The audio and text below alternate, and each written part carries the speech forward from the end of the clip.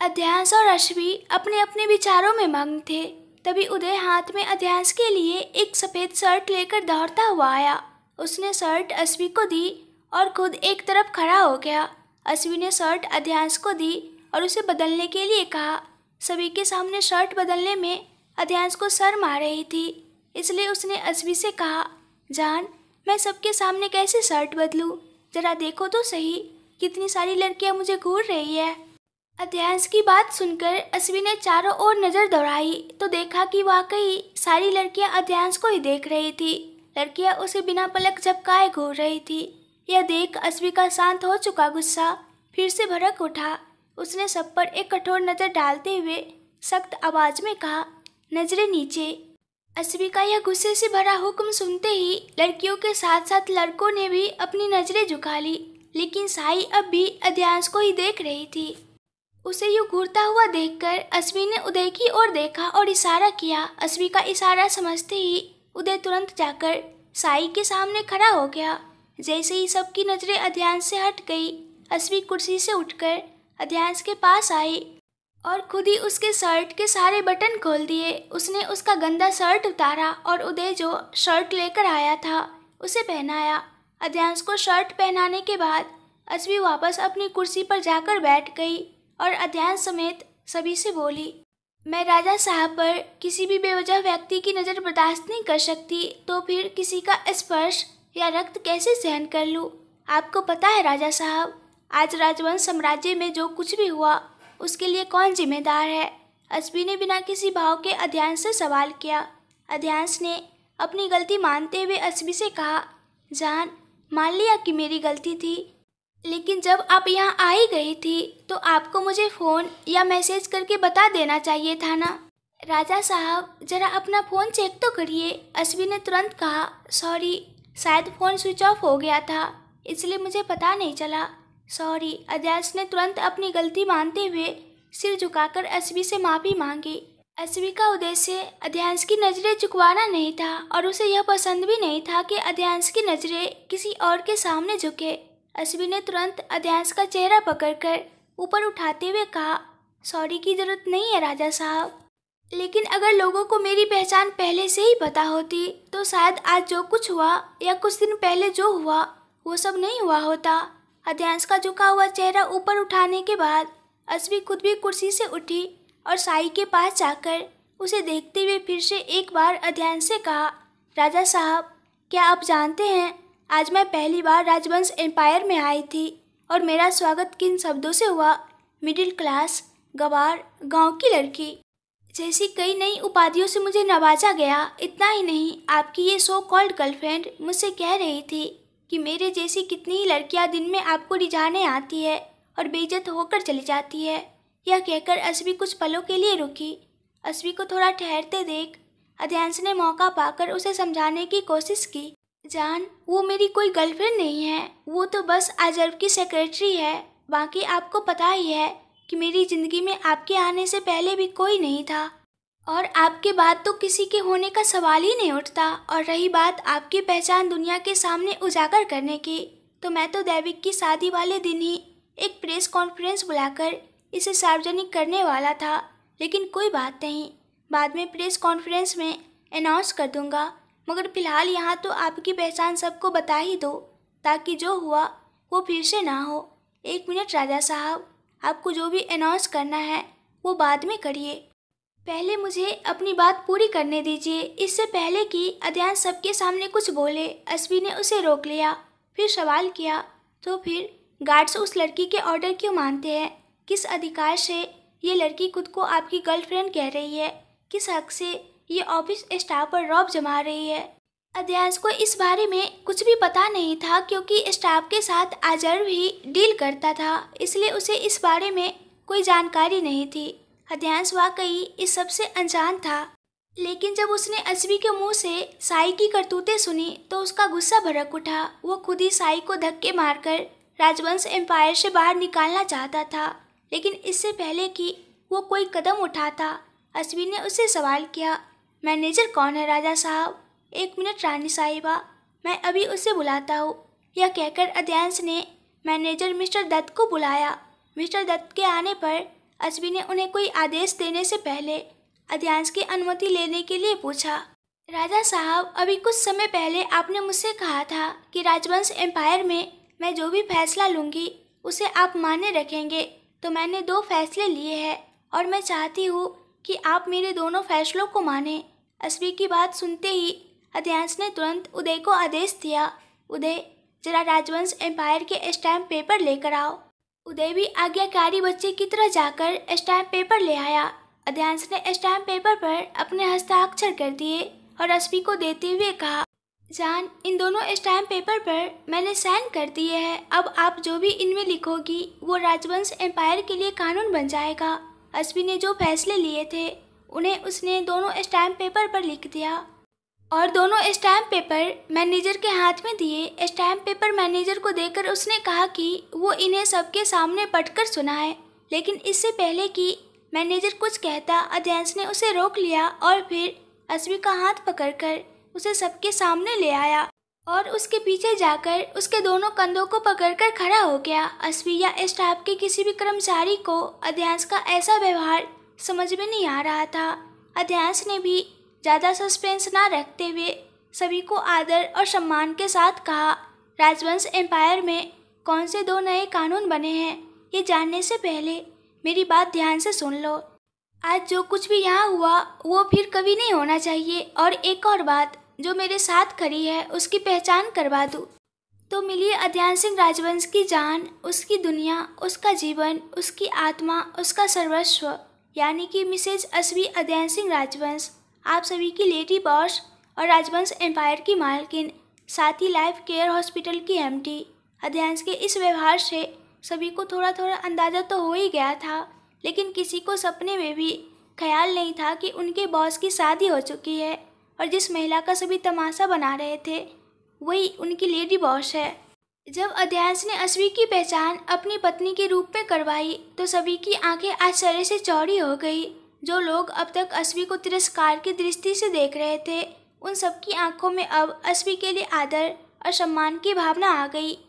जान, अब आप अपने दोनों लिए हुए फैसले सुना सकती हो। अध्यांश ने अपनी बात पूरी करते हुए अश्वी को उसके फैसले सुनाने की पूरी छूट दी।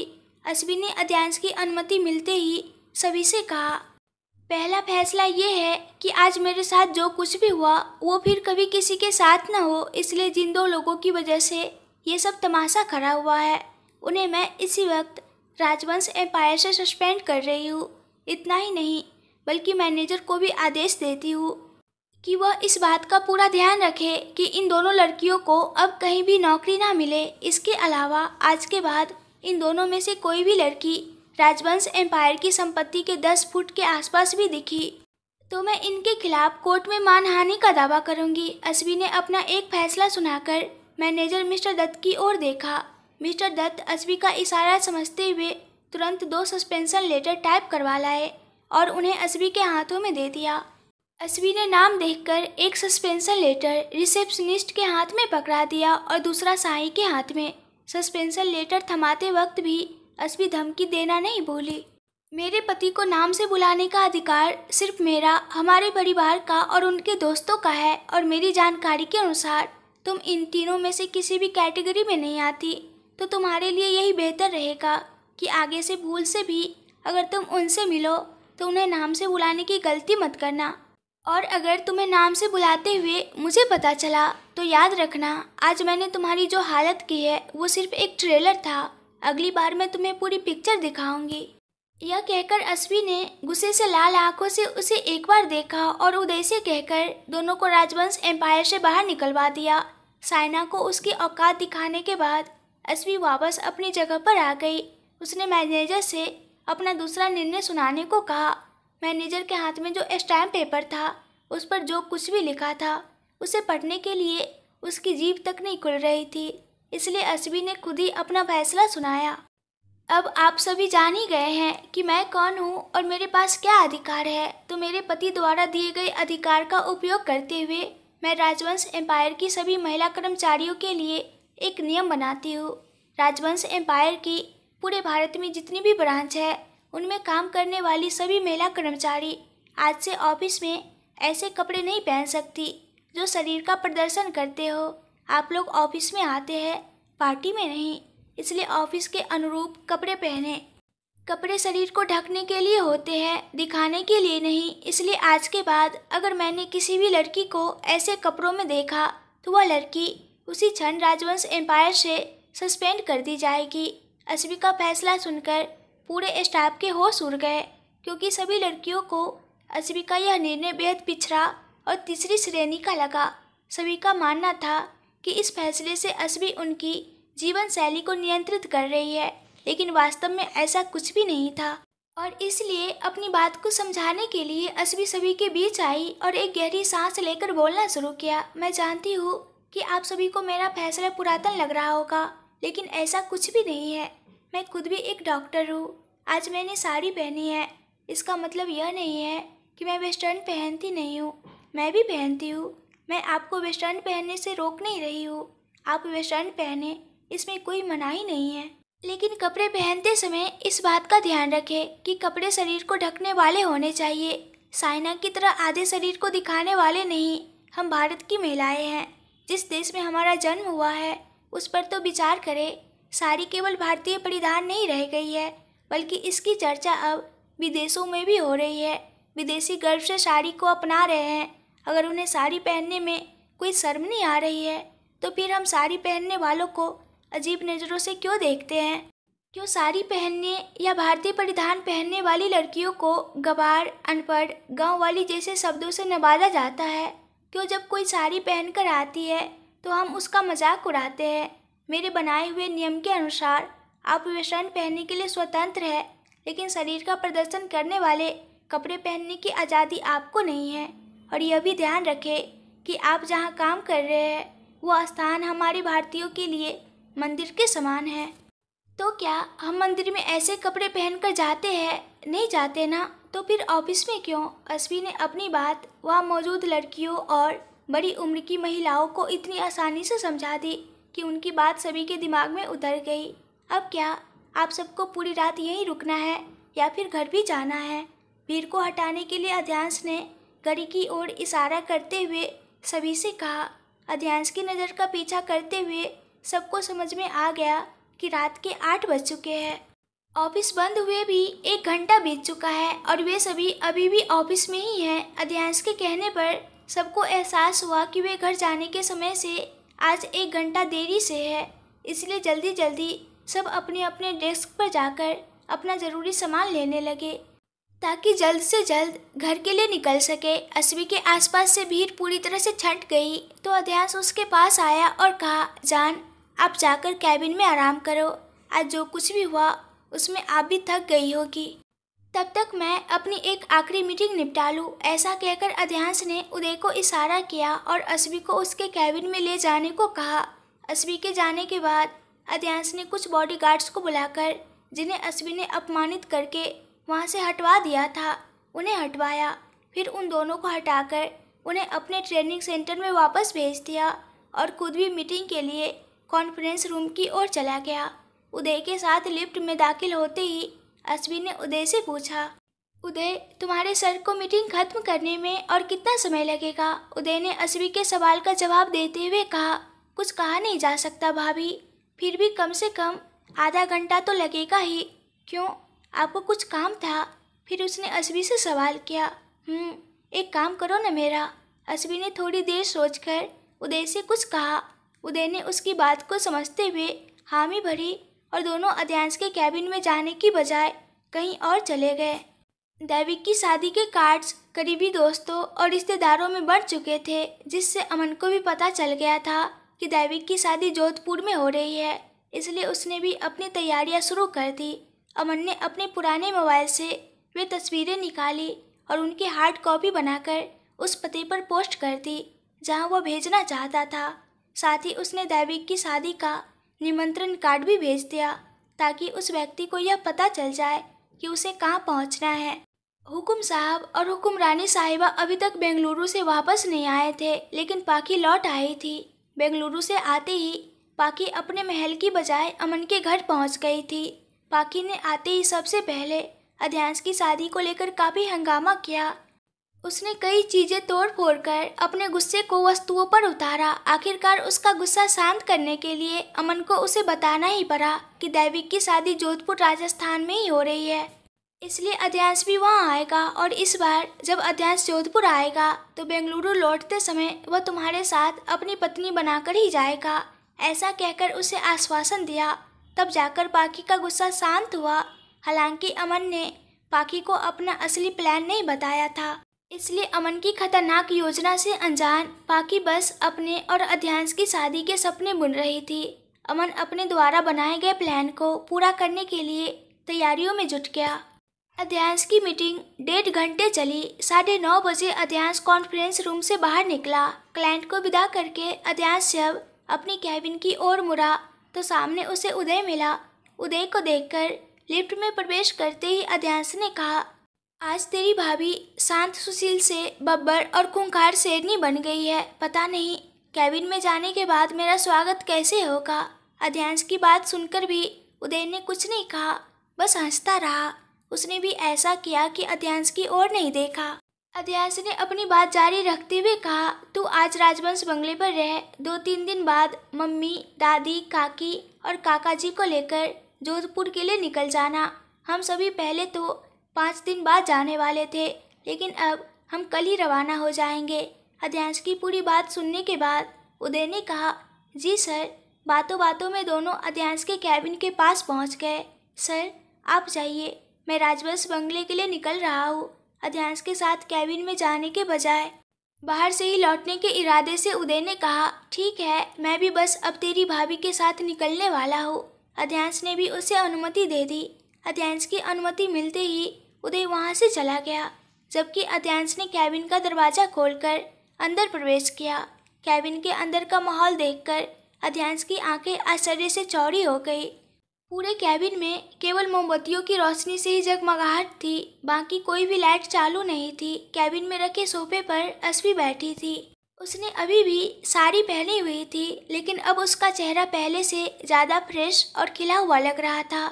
सोफे के पास रखी ट्री पॉट पर ज़्यादा खास नहीं, लेकिन चीज़ पनीर पराठा, उसके साथ हरी चटनी और चाशनी में डूबे मीठे रसगुल्ले सजाए गए थे। कैबिन के अंदर का माहौल देखकर अध्यांश तो बस हैरान रह गया। उसे अपनी आंखों पर विश्वास नहीं हो रहा था कि जो कुछ वह देख रहा है वह सच है। वह तो सोचकर आया था कि आज उसे अस्वी के गुस्से का सामना करना पड़ेगा, और इसके बजाय उसकी खूंखार शेरनी ने उसके लिए इतना शानदार कैंडल लाइट डिनर प्लान कर रखा था। दरवाजे पर खड़े होकर कैबिन की सजावट देखने के बाद अध्यांश कैबिन के अंदर आया और सीधे अस्वी के पास जाकर सोफे पर बैठ गया। अध्यांश के बैठने के बाद भी अस्वी ने कोई प्रतिक्रिया नहीं दी, जिससे अध्यांश हैरान हुआ। अस्वी कुछ बोल क्यों नहीं रही, यह देखने के लिए अध्यांश ने धीरे से अस्वी का चेहरा हल्के हाथ से पकड़ा और अपनी ओर मोड़ दिया, तो उसे पता चला कि अस्वी तो सो गई थी। हुआ यह कि जब उदय ने कहा कि अध्यांश की मीटिंग कम से कम आधे घंटे पहले खत्म नहीं होगी, तब यह सुनकर अस्वी ने तुरंत सोचा कि अगर अध्यांश की मीटिंग आधे घंटे भी चलती है तो दोनों को घर पहुंचने में 1 और आधा घंटे लगेगा। तब तक तो डिनर के लिए बहुत देर हो जाएगी। बेहतर होगा कि मैं यहीं अध्यांश के लिए डिनर बना लूँ। यह सोचकर अस्वी ने उदय से कैंटीन के बारे में पूछा, तो उदय उसे लेकर कैंटीन में गया, जहाँ शेफ कैंटीन बंद करने की तैयारियों में थे। उदय ने अस्वी को लेकर कैंटीन में प्रवेश किया और शेफ को अस्वी का परिचय देकर आज के दिन के लिए कैंटीन का उपयोग करने की अनुमति मांगी। पूरे ऑफिस की मालिक की पत्नी जब कैंटीन का उपयोग करने की अनुमति मांगे तो यह कितना अजीब लगता है। ऊपर से कोई अपने मालिक को ना कहने की हिम्मत कैसे कर सकता है। शेफ भी बिना कुछ कहे उदय और अस्वी को लेकर कैंटीन के किचन में चले गए। अस्वी ने पहले तो किचन में देखा कि वहाँ क्या है और क्या नहीं, ताकि उसे पता चल सके कि वह डिनर में क्या बना सकती है। शेफ ने अस्वी से कहा कि वह जो कहेगी वह डिश वह खुद बना देगा, लेकिन अस्वी ने कहा कि वह अपने काम के घंटे पूरे होने पर ही घर जाएगा, इसलिए शेफ को छुट्टी दे दी और खुद किचन में अपनी ज़रूरत की चीज़ें खोजने लगी। किचन में अस्वी को पनीर, चीज़, कुछ सब्जियां जैसे आलू, प्याज, कैप्सिकम, टमाटर और धनिया मिले। गेहूं का आटा तो था ही, साथ ही फ्रिज में दूध भी था। अश्विन ने सारी चीजें लाकर प्लेटफॉर्म पर रखी और एक तरफ चीज पनीर पराठे बनाने की तैयारियों में जुट गई, जबकि दूसरी तरफ मिठाई में रसगुल्ले बनाने की तैयारी शुरू कर दी। अश्विन ने उदय को भी खाना बनाने के काम में लगा दिया। दोनों ने मिलकर आधे घंटे में ही तीनों के लिए चीज पनीर पराठे और रसगुल्ले बना लिए। लेकिन अध्यांश की मीटिंग खत्म नहीं हुई थी, इसलिए अश्विन ने रसगुल्ले ठंडा करने के लिए फ्रिज में रख दिए। डिनर बनाकर अश्वी और उदय अध्यांश की कैबिन में आए। आज पहली बार अश्वी अध्यांश की कैबिन में आई थी। अध्यांश की कैबिन पूरी तरह से सफ़ेद रंग से रंगी हुई थी। दीवारों का रंग, फर्श की भी टाइल्स, सीलिंग, फर्नीचर सब कुछ सफ़ेद था। पूरे कमरे में सिर्फ बैठने के लिए कुर्सियाँ और सोफा ही ग्रे रंग के थे। अश्वी ने आज के दिन को स्पेशल बनाने के लिए उदय से कहा कि वह मोमबत्तियाँ लाए। जब उदय मोमबत्तियाँ लेकर आया तो दोनों ने मिलकर पूरे कैबिन को मोमबत्तियों से भर दिया, लेकिन उन्होंने उन्हें जलाया नहीं। अश्वी ने कैबिन की सारी लाइट पहले ही बंद कर दी थी। इस तरह से आधा घंटा और गुजर गया, लेकिन अध्यांश की मीटिंग खत्म नहीं हुई। अध्यांश देर से आएंगे यह सोचकर अश्वी ने उदय को खाना लेने के लिए जोर दिया, ताकि उदय कैंटीन में जाकर खाना ले आए। साथ में अश्वी और अध्यांश के लिए डिनर कैबिन में लाया। इतनी लंबी मीटिंग चल रही थी, इसलिए कभी भी उनके सर मीटिंग खत्म करके कैबिन में आ सकते हैं। यह सोचकर उदय ने अश्वी को कहकर मोमबत्तियाँ जला दी। साथ ही पूरे कैबिन में रूम फ्रेशनर भी छिड़क दिया। खुद दोनों के रोमांस में किसी तरह का बाधा न बने, इसलिए अश्वी को कैबिन में अकेला छोड़कर उदय कैबिन के बाहर निकल गया और जाकर कॉन्फ्रेंस रूम के बाहर खड़ा हो गया।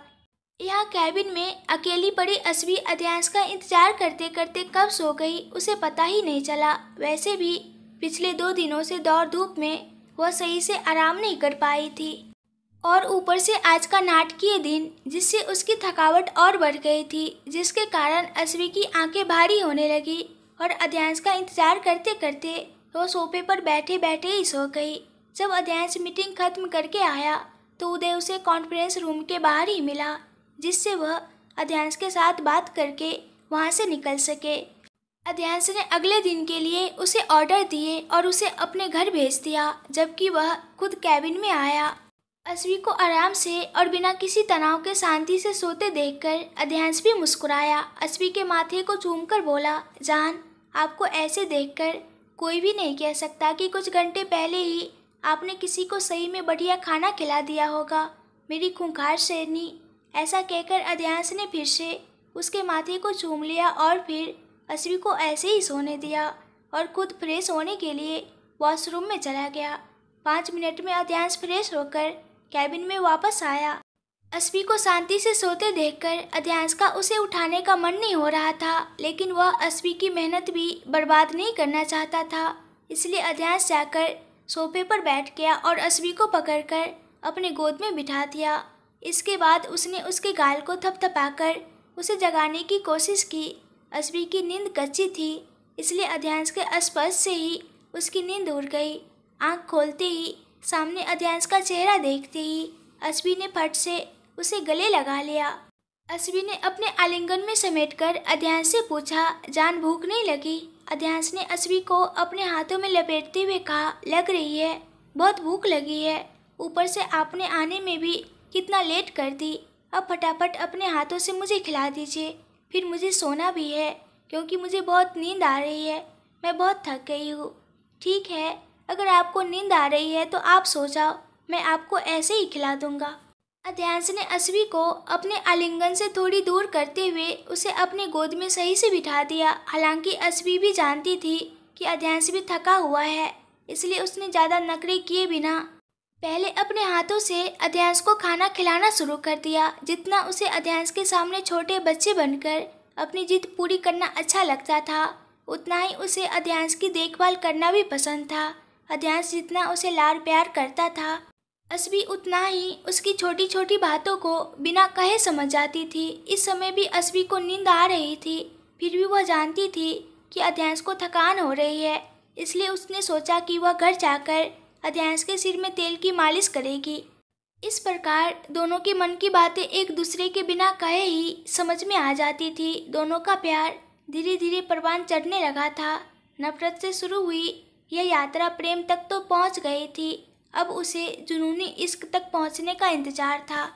अध्यास ने तो अपने प्रेम का इकरार कर दिया था, बस अब अस्वी के प्रेम का इकरार बाकी था, जो बहुत जल्द होने वाला था। डिनर खत्म करके अध्यास अस्वी को लेकर ग्लोरी रेजिडेंसी जाने लगा। घर पहुंचने से पहले ड्राइव करते समय उसने दैविक को फ़ोन करके बता दिया कि वह और अस्वी अब अगले दिन सुबह अस्वी मेंशन आएंगे और अगले दिन दोपहर को सभी जोधपुर जाने के लिए निकलेंगे, इसलिए जिनके पास पैकिंग बाकी है वे अपनी पैकिंग कर ले। अस्वी को बहुत नींद आ रही थी, लेकिन उसने अध्यास के चेहरे पर थकावट देखी, इसलिए उसने पहले ही तय कर लिया था कि वह अध्यास को हेयर ऑयल मसाज देने के बाद ही सोएगी। और इसी वजह से नींद आने के बावजूद अस्वी सिर्फ अध्यास के कंधे पर सिर रखकर बैठी रही। दैविक के साथ फ़ोन पर बात करने के बाद अध्यास ने अस्वी की ओर ध्यान दिया। जैसे अस्वी को अध्यास की थकावट नजर आ रही थी, वैसे ही अध्यास को भी अस्वी की आंखों में नींद दिखाई दे रही थी। अध्यास ने अपना दाहिना हाथ अपने बाएं हाथ में लेकर गियर पर रखा और एक हाथ से ड्राइव करने लगा। जान, नींद आ रही है तो सो जाओ, ड्राइविंग करते हुए अध्यास ने अस्वी से कहा, लेकिन उसने मना कर दिया और अपनी आंखें बंद करके बैठी रही। आधे घंटे में अध्यास की गाड़ी ग्लोरी रेजिडेंसी के पार्किंग में आकर रुक गई। अध्यास और अस्वी दोनों गाड़ी से बाहर निकलकर लिफ्ट से अपने फ्लैट पर पहुंचे। घर में आते ही अस्वी बेडरूम में चली गई ताकि अध्यास पहले फ्रेश हो सके, और जब अध्यास फ्रेश हो जाए तो वह उसके लिए हेड मसाज का तेल गर्म कर सके, क्योंकि उसे पता था कि अगर अध्यास को पता चला तो वह उसे कुछ नहीं करने देगा। अस्वी ने फ्रेश होकर कपड़े बदल लिए और नाइट ड्रेस पहन लिया। फिर वह बाथरूम से बाहर आकर कमरे में आई। तब तक अध्यास भी कमरे में आ गया था। अस्वी ने उसके लिए नाइट ड्रेस पहले ही बिस्तर पर रख दिया था, इसलिए जैसे ही अस्वी आई अध्यास भी नाइट ड्रेस लेकर फ्रेश होने के लिए बाथरूम में चला गया। जब अध्यास बाथरूम में गया तब उस समय का फायदा उठाते हुए अस्वी ने हेयर ऑयल निकाला और उसे लेकर किचन में आ गई। किचन में जाकर उसने तेल को एक कटोरे में डालकर उसे गर्म करने के लिए रख दिया। साथ ही कमरे में पानी की बोतल ले जाने के लिए फ्रिज से पानी की बोतल निकालकर प्लेटफॉर्म पर रख दी। जैसे ही तेल हल्का गर्म हुआ उसने उसे गैस से उतारकर गैस बंद कर दी। इसके बाद अस्वी हेयर ऑयल और पानी की बोतल लेकर बेडरूम में वापस आ गई। ठीक उसी समय अध्यास भी बाथरूम से निकलकर कमरे में आया। अस्वी ने पानी की बोतल साइड टेबल पर रखी और खुद पलटकर बिस्तर पर बैठ गई। उसने इशारा करते हुए अध्यास से कहा कि वह उसके गोद में सिर रखकर सो जाए। जान, चुपचाप सो जाओ, मुझे पता है कि आपको नींद आ रही है, इसलिए दूसरी बातों के बारे में सोचने की जरूरत नहीं है।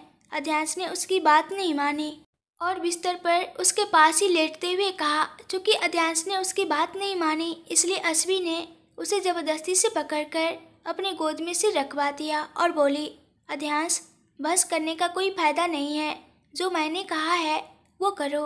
अध्यास का सिर अपने गोद में लेकर अस्वी हल्के हाथों से उसके सिर की मालिश करने लगी। अस्वी की उंगलियां अध्यास के बालों में घूमती रही और अध्यास कब सो गया वह दोनों में से किसी को पता नहीं चला। जब अस्वी ने अध्यास की सांस लेने की आवाज़ सुनी तभी उसे पता चला कि अध्यास सो गया है। अस्वी ने उसे अपने गोद में सोने दिया और खुद बिस्तर के हेड रेस्ट पर सिर टिकाकर बैठी बैठी ही सो गई। अगले दिन सुबह अस्वी अपने समय पर जाग गई, लेकिन उसने अध्यास को सोने दिया।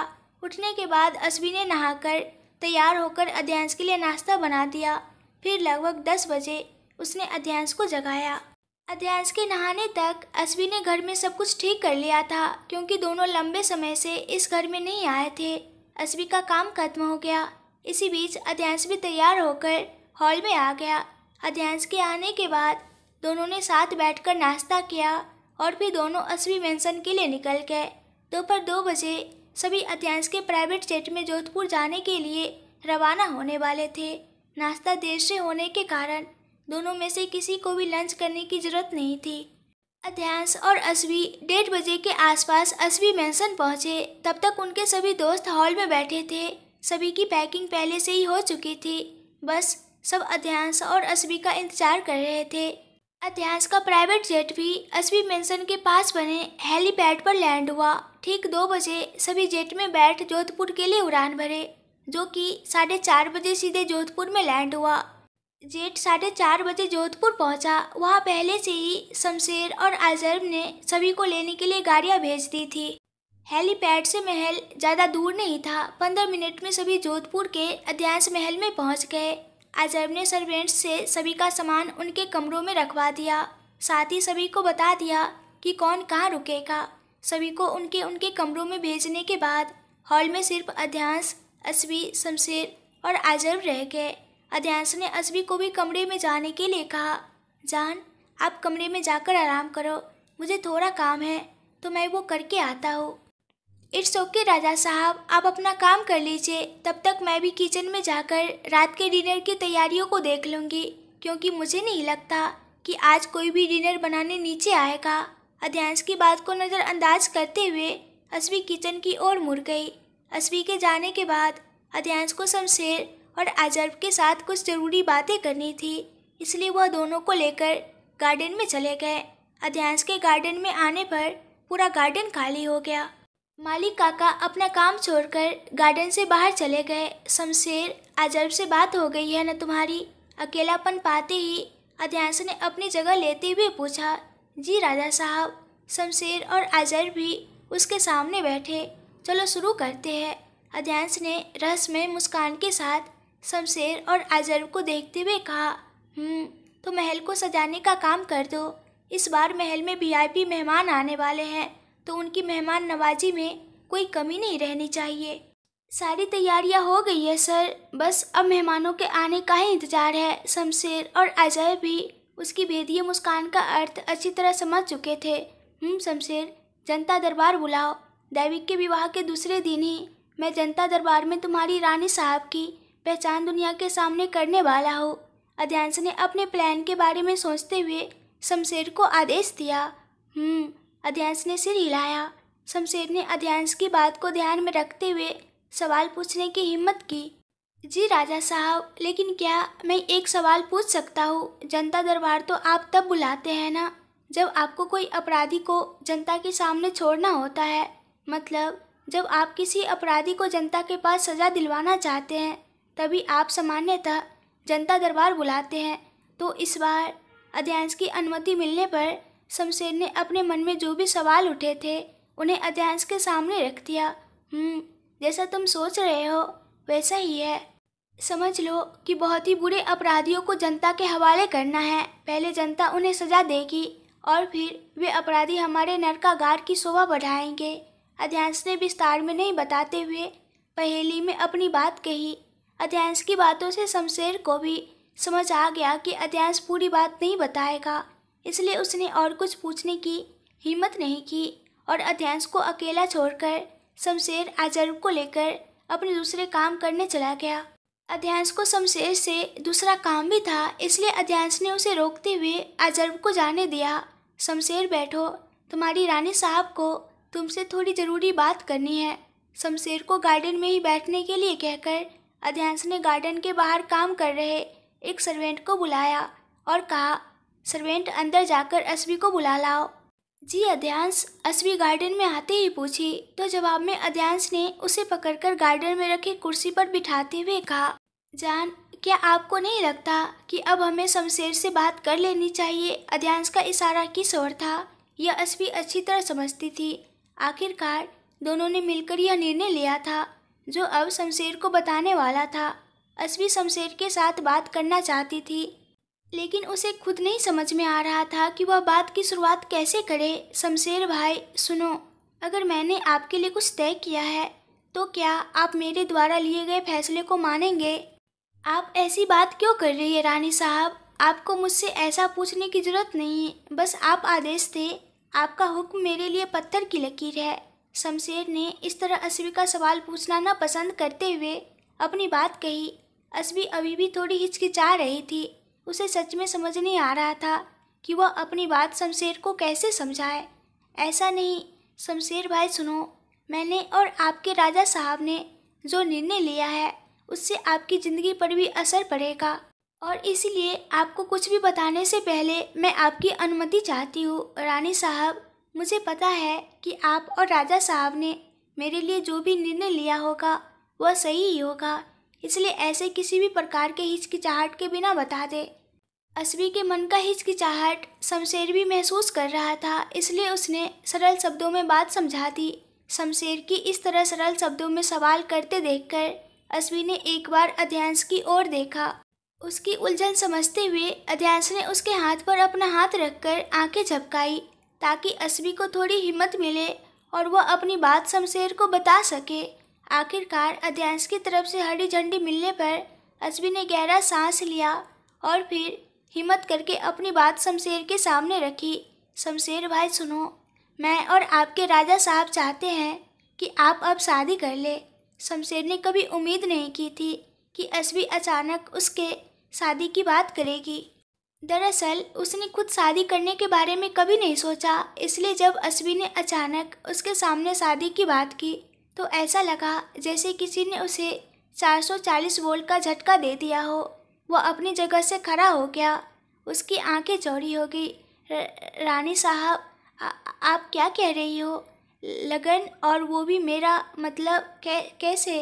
अचानक अस्वी ने उसके सामने शादी की बात रखी, जिससे शमशेर इतना घबरा गया कि उसने अपने मन में चल रहे सवाल को भी पूछने में अटकने लगा। शब्द भी उसके मुंह से धीमे धीमे निकलने लगे, जैसे दिमाग के साथ साथ शब्दों ने भी काम करना बंद कर दिया हो। अध्यांश शमशेर की मन की उलझन और उसकी हालत को अच्छे से समझता था। वह बचपन से अनाथ था। अध्यांश के दादाजी ने शमशेर को रास्ते में पाया था। जब अध्यांश के दादाजी ने उसे महल में लाया तब वो महज 2-3 महीने का था। तब से ही अध्यांश की दादी गायत्री देवी ने शमशेर को भी अध्यांश, अंगद और त्रिशिका की तरह अपने घर का ही संतान मानकर बड़ा किया था। केवल शमशेर ही नहीं बल्कि उदय भी अनाथ था। उसका भी पालन पोषण राजवंश परिवार में गायत्री देवी के हाथों हुआ था। जन्म से लेकर अब तक के जीवन में शमशेर और उदय को अकेला जीवन जीने की आदत हो गई थी। अध्यांश, अंगद और राजवंश परिवार के सभी सदस्यों ने कई बार शमशेर और उदय को उनके साथ बेंगलोर आकर रहने के लिए समझाया था। उदय ने तो अध्यांश की बात मानकर बेंगलोर शिफ्ट कर लिया था, लेकिन शमशेर जोधपुर छोड़कर कहीं जाने को तैयार नहीं था और इसी वजह से अध्यांश ने उसे जोधपुर की जिम्मेदारियां दे दी थी। लेकिन दोनों में से कोई भी शादी करने के लिए तैयार नहीं था। हालांकि जब से अस्वी ने अध्यांश से दोनों के बारे में जाना था तभी उसने तय कर लिया था कि वह दोनों की शादी कराकर ही रहेगी। अध्यांश पहले ही दोनों को समझाने में थक चुका था, लेकिन उनमें से कोई भी उसकी बात मानने को तैयार नहीं था। इसलिए जब अस्वी ने अध्यांश से शमशेर और उदय की शादी की बात की तो अध्यांश ने झट से हाँ कह दी। अध्यांश से हरी झंडी मिलते ही अस्वी ने शमशेर के लिए लड़की भी ढूंढ ली और अध्यांश से उस लड़की को लेकर शमशेर की शादी के लिए मंजूरी भी ले ली। कैसे मतलब? आपकी शादी की उम्र हो गई है, आज नहीं तो कभी आपको शादी करनी ही है ना, तो फिर अभी क्यों नहीं भाई? आखिर आप कब तक ऐसे अकेले जीवन जीते रहेंगे? अध्यांश के साथ साथ अस्वी भी शमशेर की मन की हालत समझती थी, इसलिए उसने शमशेर को शांति से समझाने की कोशिश की। शमशेर को समझाते हुए अध्यांश ने भी अस्वी के सुर में सुर मिलाया। हाँ शमशेर, तुम्हारी रानी साहब सही कह रही है, और अगर ऐसा है तो एक बार लड़की को देख लो। अगर तुम्हें पसंद नहीं आई तो हम तुम्हारे लिए दूसरी लड़की ढूंढ लेंगे। लेकिन बस अब बहुत हुआ, इस बार मैं तुम्हारी बात नहीं मानूंगा, और यह भी कि तुम्हारी शादी तुम्हारी रानी साहब ने तय की है, इसलिए इसमें मैं बीच में नहीं बोलूँगा। शमशेर भी शादी करने का इच्छुक नहीं था, इसलिए उसने शादी की बात को टालने के लिए बहाने बनाने शुरू कर दिए। राजा साहब, रानी साहिबा, मैंने आज तक आपके किसी भी आदेश का अपमान नहीं किया है, इसलिए आज भी नहीं करूँगा। लेकिन शादी जीवन का बहुत बड़ा निर्णय है और मैं यह निर्णय अचानक कैसे ले सकता हूँ, वो भी तब जब मैंने लड़की को देखा भी नहीं है। अस्वी शमशेर के सभी बहाने अच्छी तरह समझती थी, इसलिए उसने भी शमशेर की बात को ध्यान में रखते हुए कहा, अच्छा तो बात ऐसी है, ओके, तो मैं कल ही लड़की को बुला लूँगी, आप उनसे मिल लेना, बातचीत कर लेना, फिर अपना निर्णय बता देना। लेकिन हाँ, अगर आपने उस लड़की को डराने या धमकाने की कोशिश की तो आपने अभी तक अपने रानी साहिबा का गुस्सा नहीं देखा है, इसलिए कुछ भी करने से पहले एक बार मेरे गुस्से के बारे में उदय से पूछ लेना। वह आपको अच्छी तरह समझा देगा कि जब मुझे गुस्सा आता है तो मैं सामने वाले की क्या हालत करती हूँ और साथ ही उसने धमकी भी दी। अस्वी ने भी उसकी बात मान ली, इसलिए अब शमशेर के पास ना करने का कोई कारण नहीं बचा, जिससे उसे भी हाँ कहनी पड़ी। जी रानी साहिबा। और वहाँ ज़्यादा न रुकते हुए तुरंत वहाँ से चल पड़ा। शमशेर को इस तरह जल्दी जाते देखकर अध्यांश और अस्वी भी हंस पड़े। शमशेर के जाने के बाद अध्यांश ने अस्वी को अपनी ओर खींचकर अपनी बाहों में भर लिया। अस्वी ने भी अपने दोनों हाथ अध्यांश की कमर में लपेटकर अपना सिर उसकी छाती पर रख दिया। जान, यह क्या था? अस्वी को अपने आलिंगन में समेटते हुए अध्यांश ने पूछा। राजा साहब, यह आपकी जान की स्टाइल थी। एक पुरानी कहावत है, जब घी सीधे उंगली से नहीं निकलता तो उंगली को टेढ़ा करना पड़ता है, लेकिन आपकी रानी साहब उंगली टेढ़ा नहीं करती, सीधे घी का पात्र ही टेढ़ा कर देती है। अध्यांश के पूछने पर अस्वी ने भी अपनी स्टाइल में जवाब दिया। डिनर के समय सभी लोग डाइनिंग टेबल पर आ गए थे। आज महल में राजस्थानी भोजन बना था, जिसे अस्वी ने अपनी देखरेख में तैयार करवाया था। डाइनिंग टेबल पर बैठे सभी लोगों में अस्वी और अध्यांश ही सबसे ज़्यादा खुश थे। एक तो शमशेर ने लड़की से मिलने के लिए हाँ कह दी थी, और ऊपर से आज महल इतने समय बाद इस तरह से चहक और महक रहा था। अस्वी की खुशी उसके चेहरे पर साफ झलक रही थी। उसे इतना खुश देखकर त्रिशिका से रहा नहीं गया, तो उसने पूछ ही लिया, क्या बात है भाभी माँ, आज आप बहुत खुश लग रही है, कुछ हुआ है? भाई ने आपको कोई सरप्राइज दिया है क्या? त्रिशिका के पूछने पर अस्वी ने अध्यांश को चिढ़ाते हुए जवाब दिया, नहीं नहीं ननद भाई साहब, हमारे नसीब में कहा कि आपके भाई हमें सरप्राइज दे। अच्छा रानी साहिबा, मैंने आपको आज तक एक भी सरप्राइज नहीं दिया। अच्छा, कोई बात नहीं। आपको याद नहीं है तो मैं सबको बता दूं कि मैंने आपको कब और कैसे कैसे सरप्राइज दिए हैं। अध्यांश ने भी अस्वी को उसी भाषा में चिढ़ाते हुए जवाब दिया। अध्यांश के कहने का भावार्थ अस्वी अच्छे से समझ रही थी, इसलिए उसने तुरंत बात को संभालते हुए मुस्कुराते हुए कहा, मैं तो मजाक कर रही थी अध्यांश, क्या आप भी इतनी सी बात में सीरियस हो जाते हैं? अगर आप दोनों का मजाक खेल खत्म हो गया हो तो कृपया हमें भी अपनी मुस्कान का कारण बताने का कष्ट करेंगे। दोनों को यूं एक दूसरे से प्यार से लड़ते झगड़ते देख दैविक और अथर्व दोनों झुंझला गए, जिसमें से दैविक चुप नहीं रह सका और अपने दांत पीसते हुए पूछ ही लिया।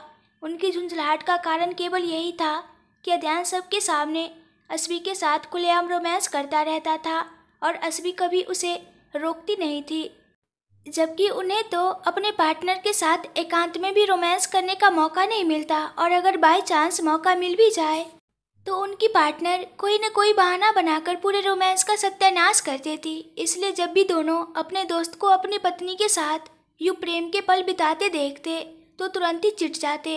अध्यांश को दोनों की हालत पर बहुत हंसी आ रही थी और मज़ा भी।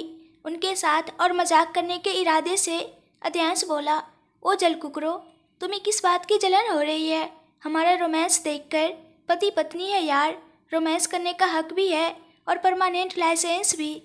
हक है तो इसका मतलब यह नहीं कि खुलेआम रोमांस करना चाहिए। अध्यांश के चिढ़ाने से दोनों और चिढ़ गए और एक साथ बोल उठे, अथर्व भाई, दैविक भाई, अध्यांश भाई, ये क्या बात चल रही थी और आप तीनों क्या लेकर बैठ गए? तीनों के बीच बात बढ़कर बहस तक पहुंच जाती। इससे पहले ही त्रिशिका ने तीनों को डांटकर चुप करा दिया।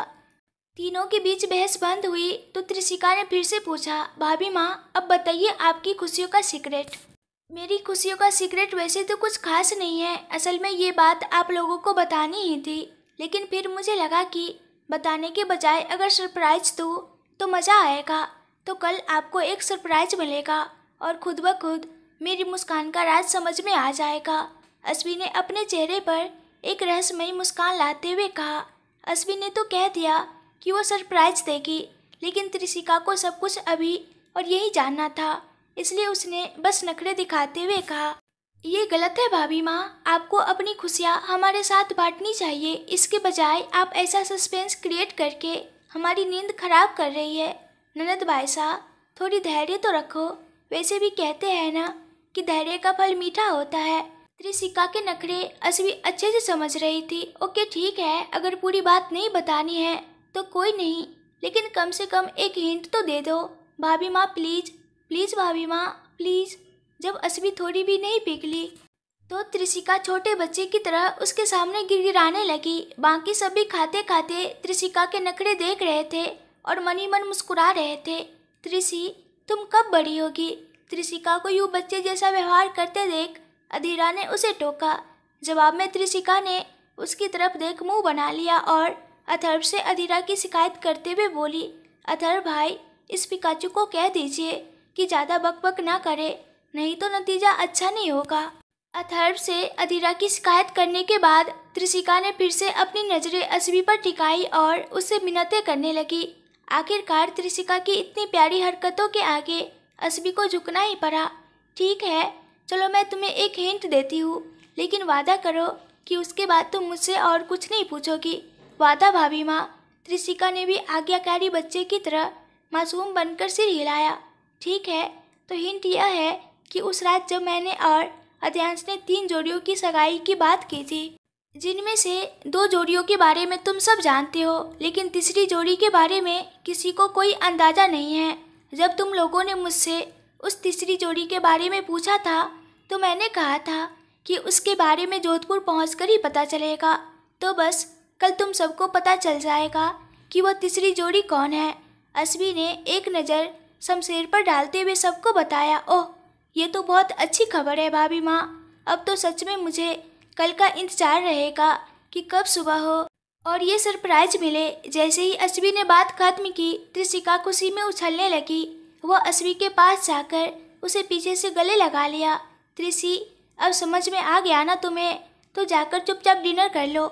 आखिरकार अध्यांश को थोड़ी सख्त आवाज़ में कहना पड़ा ताकि त्रिशिका अपनी बचकानी हरकतें बंद कर दे। अध्यांश के इस तरह नाराज होने पर त्रिशिका चुपचाप जाकर अपनी जगह पर बैठ गई और डिनर करने लगी। इसके बाद डाइनिंग टेबल पर किसी ने कुछ नहीं कहा। सबका ध्यान सिर्फ खाने पर ही रहा। डिनर खत्म करने के बाद अध्यांश अपने काम से स्टडी रूम में चला गया, जबकि बाकी सभी लड़के बाहर गार्डन में चले गए। बेंगलुरु की तुलना में जोधपुर में ठंड का स्तर थोड़ा ज़्यादा था, इसलिए बाहर गार्डन में अलाव जलाया गया था। साथ ही सर्वेंट्स को सब काम खत्म करने के लिए कहकर अस्वी ने सभी लड़कियों को भी गार्डन में भेज दिया और खुद शमशेर के साथ जाकर सबके लिए शॉल लेकर आई। सभी लोग अलाव के चारों ओर गोल घेरा बनाकर बैठ गए। वहाँ सिर्फ अध्यांश की ही कमी थी, इसके अलावा शमशेर और उदय की भी, क्योंकि शमशेर थोड़ी देर पहले अस्वी ने जो कहा था वो उदय से अस्वी के गुस्से के बारे में पूछ रहा था, जिसके जवाब में उदय ने भी साइना के साथ जो अस्वी ने किया था वह बता दिया। दोनों इस बारे में बात कर रहे थे, इसलिए बाकी सबसे थोड़ी दूर बैठे थे, जो अस्वी ने बीच में बैठे बैठे ही नोटिस कर लिया। थोड़ी देर सबके साथ बैठने के बाद अस्वी वहाँ से उठकर महल के अंदर आ गई। महल में आकर अस्वी ने सभी के लिए चॉकलेट दूध बनाया, जो सर्वेंट के हाथों गार्डन में ही सबके लिए भिजवा दिया और खुद अध्यांश के लिए दूध लेकर स्टडी रूम में चली गई। स्टडी रूम में आकर अस्वी ने देखा कि अध्यांश लैपटॉप पर खोया हुआ है, तो सबसे पहले अस्वी उसके पास आकर उसका लैपटॉप लेकर बंद करके साइड में रख दिया और अध्यांश कुछ भी कह पाता उससे पहले ही उसके हाथ में दूध का गिलास पकड़वा दिया। अध्यांश ने एक ही घूंट में दूध का गिलास खत्म कर दिया और फिर लैपटॉप उठाते हुए कहा, जान, थोड़ा ही काम बाकी है, उसे खत्म करने दो, फिर मैं लैपटॉप को हाथ भी नहीं लगाऊंगा। जो भी काम है वो कल कर लीजिएगा, लेकिन अभी बेडरूम में जाकर चुपचाप सो जाइए। अस्वी ने भी अध्यांश के हाथ से लैपटॉप छीनते हुए कहा। अस्वी ने जब अध्यांश से उसका लैपटॉप ले लिया तो अध्यांश ने उसका हाथ पकड़कर खींचा, जिससे वह सीधा उसकी गोद में आ गिरी। अस्वी उसके पास से उठने के बारे में सोचती उससे पहले ही अध्यांश ने उसके कमर के चारों ओर अपनी बाहें लपेटकर उसे और पास खींचा और उसके कान के पास जाकर बोला, जान, आपने सबके लिए सरप्राइज प्लान किया है ना, तो मैंने भी कल आपके लिए एक सरप्राइज प्लान किया है। अगर आप लोगों को ये कहानी पसंद आ रही है तो प्लीज़ ढेर सारे लाइक्स कीजिए और कमेंट्स कीजिए और मेरे चैनल को सब्सक्राइब कर दीजिए। इस वीडियो को शेयर भी कर दीजिएगा। Thank you.